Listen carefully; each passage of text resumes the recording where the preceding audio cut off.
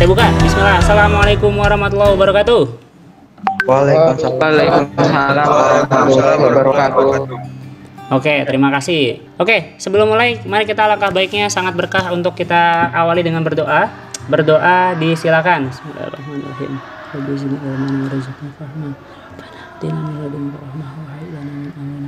Oke, terima kasih.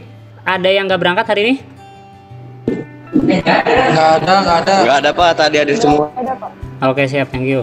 Jadi alhamdulillahirrahmanirrahim semua pada sehat hadir dan akhirnya kita bisa silaturahim dalam konteks having fun with physics ya.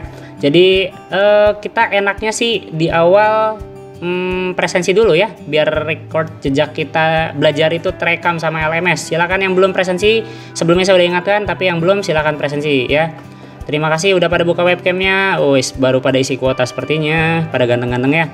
Jadi ceritanya seperti yang Bapak udah janjikan di pertemuan sebelumnya, kita mau sedikit having fun di penutup bab fluida dinamis ini ya. Kalau nggak salah saya boleh share screen dulu ya. Kita bakal pengen tahu nih sekarang mau ngapain, atau balik lagi ke awal kita tuh dalam belajar fluida tuh mau menuju apa sih gitu kan.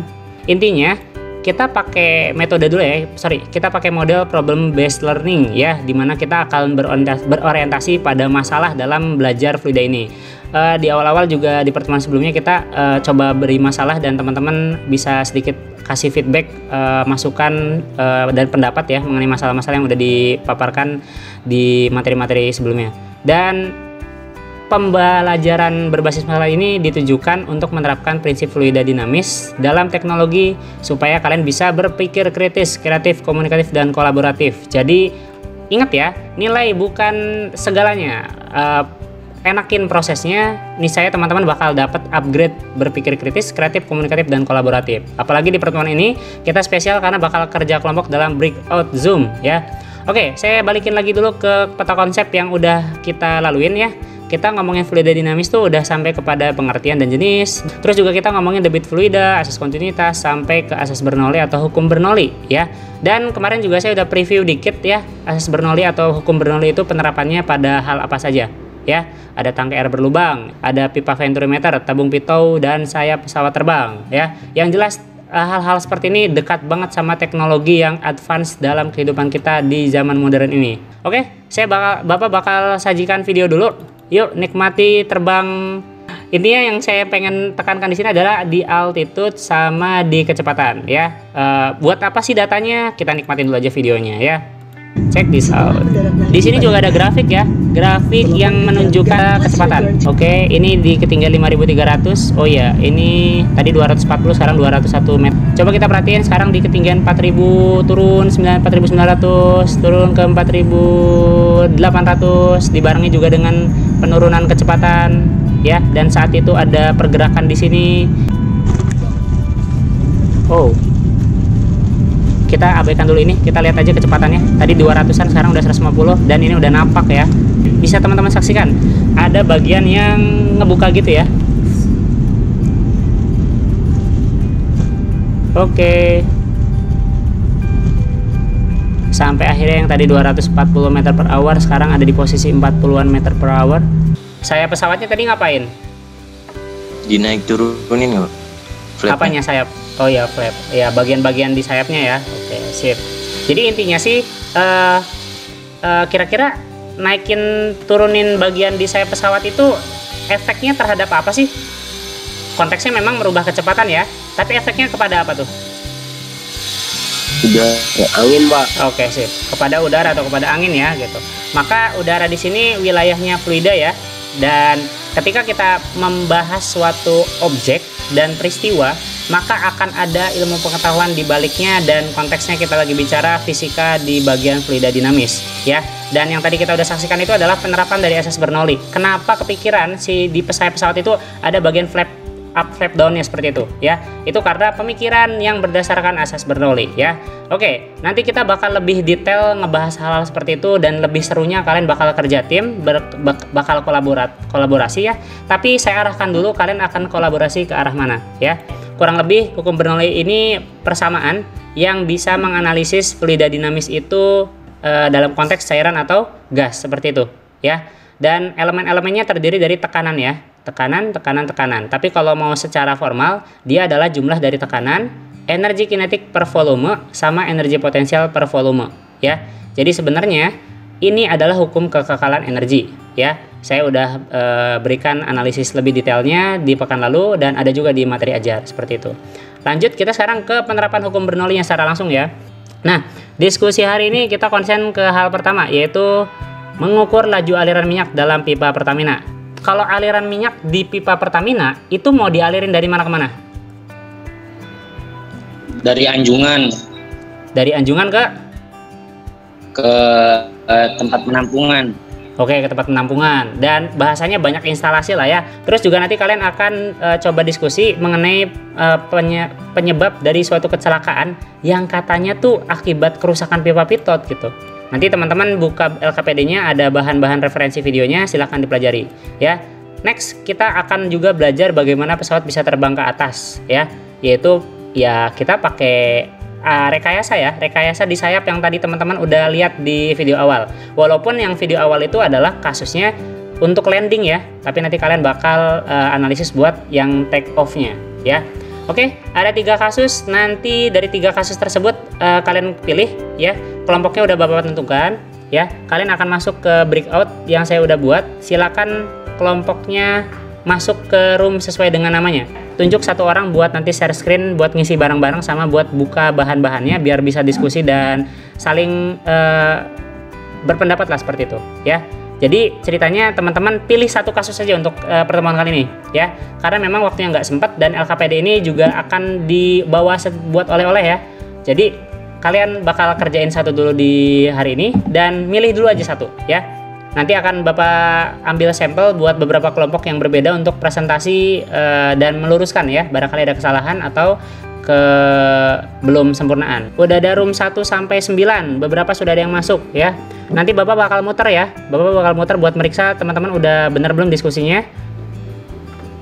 Zila, kan bahasanya pipa pitot buat apa? Buat mengukur kecepatan. Sedangkan yang namanya pilot itu ngendalin pesawat, itu kecepatan berhubungan dengan ketinggian gak sih? Iya. Makanya ketika pipa pitot rusak, bisa kecelakaan tuh ya bisa dibuat dalam 1 kata simpel kok sebenarnya ya. So, didiskusikan sama teman-temannya ya. Silakan langsung diketik aja tanpa harus menunggu kalimat yang indah dan estetik ya. Pilih kasus yang mana, Rik? Saya kasus 3, Pak. Bagaimana pesawat bisa terbang ke atas, Pak? Oke, sip ya. Jawabannya sebenarnya udah ada di lembar ini dan di YouTube, link-link YouTube yang udah saya sematkan ya. Jadi bisa diambil dari situ referensi jawabannya. Ya, iya, silakan diskusi dulu.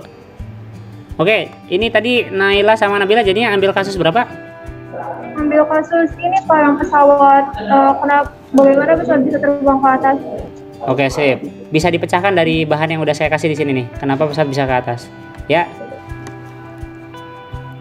Yang penting jadi pas presentasi kamu bisa ngungkapin aja, bisa ngungkapin jawabannya. Nanti pas presentasi kamu boleh share screen nunjukin bagian mana yang kamu pengen tunjukin. Jadi jawabannya nggak mesti diketik, jawabannya ya tinggal tampilin aja bagian mana yang menjadi jawabannya gitu. Ya, Bi. Baik, Pak. Jadi ceritanya sekarang udah masuk ke room utama nih. Saya rasa diskusinya cukup karena cuma menyatukan pendapat saja. Karena materi-materi yang saya share tadi malam itu mudah-mudahan sudah dibaca, dan ketika teman-teman dalam satu kelompok itu sifatnya hanya ngerelate aja ya antar pendapat satu dengan yang lain. Oke. Dari 3 kasus yang tadi ada di LKPD, Bapak kan kasih kewajiban untuk diskusinya 1 saja dulu ya. Makanya tadi diskusinya cepat, nggak lama waktunya. Dan silakan untuk kasus pertama tentang venturimeter. Ada yang mau unjuk presentasi? Barangkali kelompoknya siapa? Kelompok saya, Pak. Kelompok Hasbi, kelompok berapa, Bi? Kelompok 1. Oh iya ya, siap-siap. Room 1 pas. Venturimeter. Kasusnya sebentar, saya share screen boleh ya? Atau Hasbi aja yang share screen, silakan. Hasbi di share screen boleh LKPD-nya. Teman-teman yang lain bisa ambil ini ya, bisa ambil infonya dari yang di-share sama Hasbi buat dapetin jawaban yang nanti bakal kalian isi juga di LKPD. Silakan to the point aja. Boleh langsung ceritakan apa kasusnya? Ini tentang venturimeter, Pak, mengukur kecepatan aliran minyak di pengeboran dari Anjungan ke tempat tampung minyak supaya biar kredibel, Pak. Ya, caranya gimana ngukurnya? pakai alat namanya venturimeter. Oke, sip. Silakan jawabannya apa? Gimana cara ngukurnya? Nanti dari venturimeter ini masuk ketahuan Pak ketinggiannya dari hukum Bernoulli, nanti dihubungin ke venturimeter, nanti ketahuan apa namanya tentang ketinggiannya, terus nanti masalah kecepatan pipa satu sama pipa lainnya tergantung diameter pipanya Pak. Nanti menghasilkan persamaan yang bisa dipakai ini Pak. Yang dari venturimeter itu alatnya hanya mengetahui hanya saja, sedangkan A-nya itu dari kitnya sendiri Pak. Gimana caranya rumusan itu nanti ujung-ujungnya bisa keluar nilai kecepatan aliran di sini? Caranya bisa diceritain secara singkat barangkali? Rumus yang tadi didapatkan dari persamaan Bernoulli dan persamaan lainnya itu dimasukin ke software Pak. Jadi nanti software yang ngolah. Kita hanya memasukkan datanya saja, A-nya seperti apa, nanti software yang ngolah. Oke, datanya berarti apa aja yang masuk ke software tuh?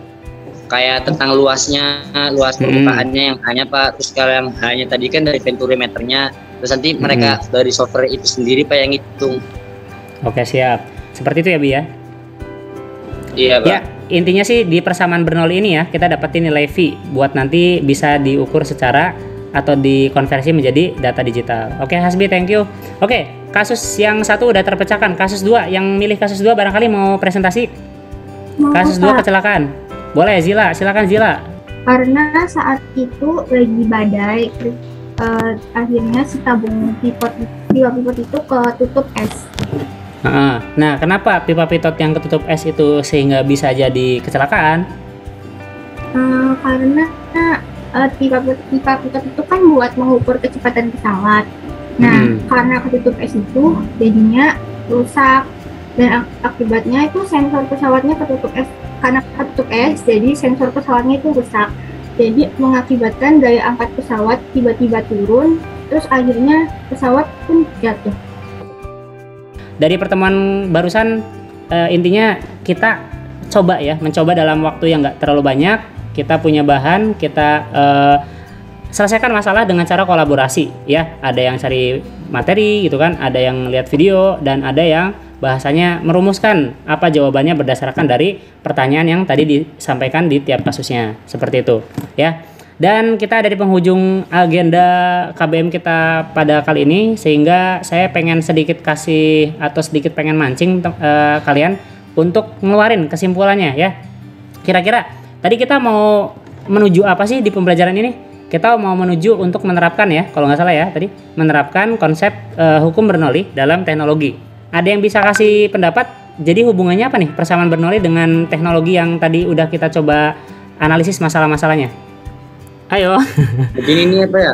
Persamaan Bernoulli itu berkaitan dengan hal-hal yang tentang kayak kecepatan, tentang daya angkat pesawat gitu Pak. Jadi dari data yang awalnya dihukum Bernoulli terus dimasukin dalam bentuk software, kita bisa mengetahui Pak, yang awalnya mungkin hanya perkiraan saja menurut insting manusia, akhirnya bisa tepat karena ya ilmunya sudah diketahui gitu, dan komposisinya sudah jelas. Oke, sip, mantap. Itu lebih apa ya, udah kasih contoh di hal atau di kasus pesawat ya gitu. Tapi kalau boleh saya kasih pancingan nih, intinya persamaan Bernoulli itu kan di dalamnya memperhitungkan variabel-variabel ya, dan variabel-variabel itu ternyata signifikan untuk di beberapa kasus, sehingga akhirnya persamaan Bernoulli itu ketika diterapkan ke berbagai peralatan kasus itu bisa menjadi pemandu bagaimana peristiwa itu terjadi dan bagaimana peristiwa itu bisa diarahkan untuk kemanfaatan. Ada pertanyaan barangkali? Ya ada Pak. Oke, siap, thank you. Diam berarti tidak ada. Langkah baiknya di akhir pertemuan kali ini kita tutup dulu dengan doa kafaratul majelis ya. Subhanakallahumma wa bihamdika asyhadu alla ilaha illa anta astaghfiruka wa atubu ilaik. Mudah-mudahan bermanfaat dan membawa bekas bahwasanya fisika itu bisa jadi bahasanya pegangan dan alasan suatu teknologi itu berkembang dan dimanfaatkan secara baik ya. Terima kasih banyak. Mohon maaf kalau ada salah-salah kata. Wassalamualaikum warahmatullahi wabarakatuh. Terima kasih banyak ya. Terima kasih Pak. Ya. Yuk, terima kasih.